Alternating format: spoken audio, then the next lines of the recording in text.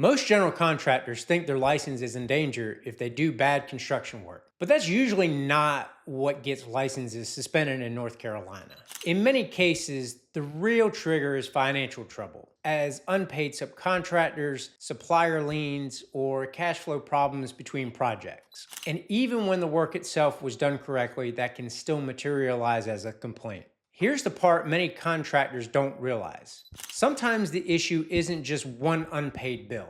It's when the licensing board starts seeing a pattern of financial problems across multiple projects. At that point, what looks like a normal business dispute can suddenly turn into a licensing investigation. And recently, the North Carolina General Contracting Board has been seeing more cases involving what they call financial irresponsibility. So the real question is this: at what point does a contractor's business problem become a licensing problem? Because the answer surprises a lot of experienced contractors. My name is Nick Dogel, and I'm a North Carolina attorney with North State Law in Raleigh, North Carolina. My practice focuses almost entirely on defending licensed professionals when their licenses are investigated, threatened, or disciplined by regulatory boards. That includes professionals like general contractors, real estate brokers, healthcare professionals, and other licensed professionals across the great state of North Carolina. If you're a general contractor in North Carolina, understanding how the licensing board views financial responsibility is extremely important, because the board doesn't just regulate construction quality, they also regulate financial trustworthiness. And that's where many contractors get caught off guard. The North Carolina Licensing Board for General Contractors isn't just concerned with whether a building stands up. Their mission is consumer protection. So from the board's perspective, when a contractor becomes financially unstable, several risks appear. Projects are going to stall. Subcontractors may go unpaid, suppliers may file liens, and homeowners may end up paying twice. So the law requires contractors to maintain financial responsibility and integrity as part of holding a license. In other words, the board sees financial management as part of professional competence. And when financial problems begin affecting projects, complaints often follow. That's when investigations start. Remember, their mission is to protect the public.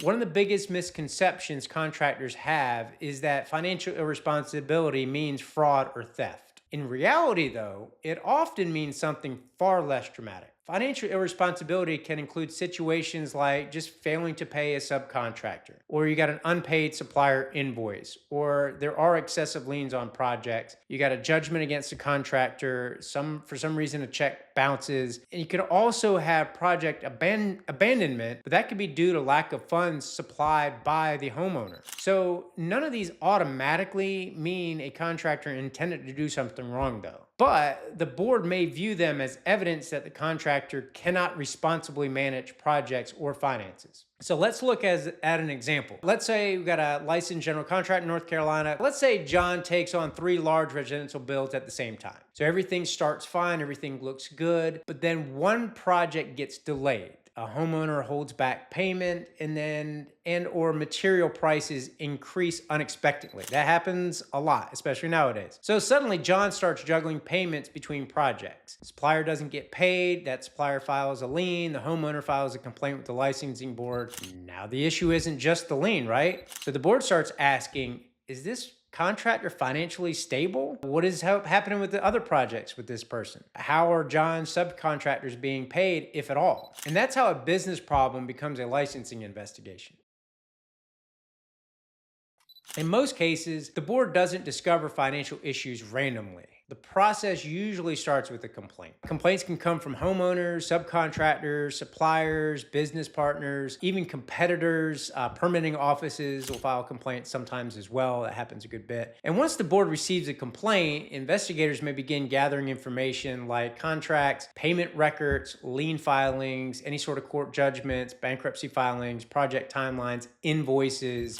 So the key issue here is they're evaluating whether the contractor has demonstrated financial responsibility consistent with holding their GC license. And here's the important part. The board doesn't need to prove intentional wrongdoing to take action. If the evidence suggests a pattern of financial instability affecting projects, discipline may follow. And that discipline can include reprimands, probation, license suspension, or revocation. And you can guarantee it, any one of those is going to involve some sort of fine. So we're going to talk about where most contractors get in trouble. And it's usually not because of the original problem. It's because of how general contractors will typically respond or not respond once the board gets involved. So you want to be very careful about responding. You do want to provide some sort of response, even though it's not required, because otherwise they're only seeing one side of the story and it's not yours, right? So some of the common mistakes that I've seen over the years is over-explaining the situation. And that's where contractors often submit long written explanations trying to justify what happened. And unfortunately, those explanations can unintentionally create new issues in the investigation.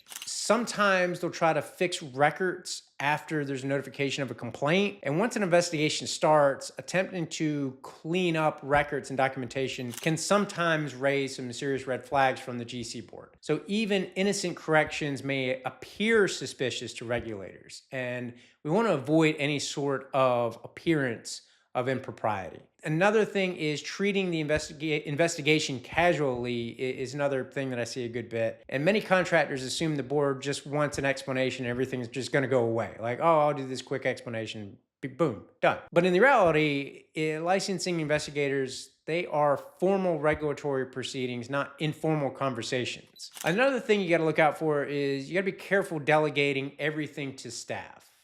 Sometimes the qualifier or license holder isn't personally involved in responding. And from the board's perspective, the license holder is ultimately responsible. So you want to be careful about what you delegate, how much, and things like that, because you want to make sure that you have your eyes on your response, that you have your fingers in there. Yeah, having help delegating certain things, probably a good idea, especially when it comes to gathering information. But as far as coming up with the response, looking over the response and sending that response out to the GC board, you as the licensee want to do that. Financial cases can escalate quickly because they often involve multiple parties at once. So let's look at an example here. So we got an unpaid subcontractor triggers a complaint, but during the investigation, the board may discover additional unpaid subs that will have some multiple lien filings, some lawsuits, or will have some judgments against the contractor. So now the issue looks less like a single dispute and more like a pattern.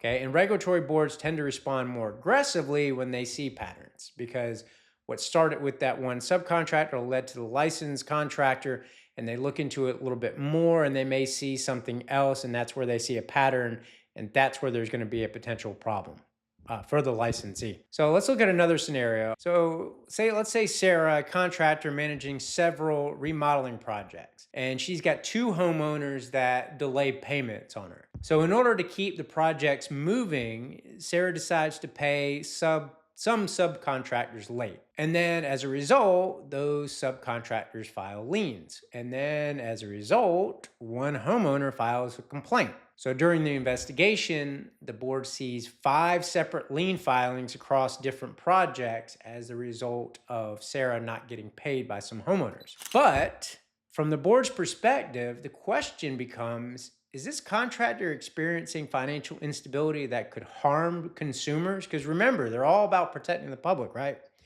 And that's where discipline becomes a real possibility. So what can contractors take away from all of this that we talked about today? So first, it's important to recognize that licensing boards evaluate financial responsibility differently than the way courts do, because courts focus on legal liability, while your licensing boards focus on professional fitness to hold a license. So that's going to be 2 very different standards. And you might be facing both at the same time, by the way. You might be in civil court, and then you also might be in front of the licensing board defending your GC license. So generally speaking, what we often recommend contractors think about is a number of different things. And the first one is documentation. That is huge regardless of what professional license you have. You want to have clear records of payments, invoices, and project finances, because those can all become extremely important if questions arise later. You also want to have as early an awareness as possible about potential financial problems. And by the way, don't ignore any sort of financial pressure on your projects and just assume that they're just going to resolve itself, because that's just likely not to happen. And you can't take that risk. You also have to be careful because you might have a really good relationship with a subcontractor, but at the end of the day, it's business. And if somebody's not getting paid, that's going to sour that relationship real quick. Also, be careful how you respond to complaints. You want to provide a response, but you want to have it be tailored. You want to make sure that there's a lot of thought put into it. And you absolutely do not want to just ignore it and hope that it goes away, because that's a terrible approach to have. A contractor's license in North Carolina can be threatened not only by construction mistakes, but also by financial instability. Financial irresponsibility cases are rising because the board sees financial management as part of professional responsibility. That doesn't mean every dispute leads to discipline, though, but it does mean that money problems can quickly turn into licensing problems if they affect projects or consumers. As a result, contractors need to think about financial issues not just as business challenges, but also as regulatory risks. If you found this video helpful, consider liking and subscribing for more videos that explain how professional licensing boards operate here in North Carolina. Really appreciate your time. Keep building North Carolina. Everybody have a fantastic day.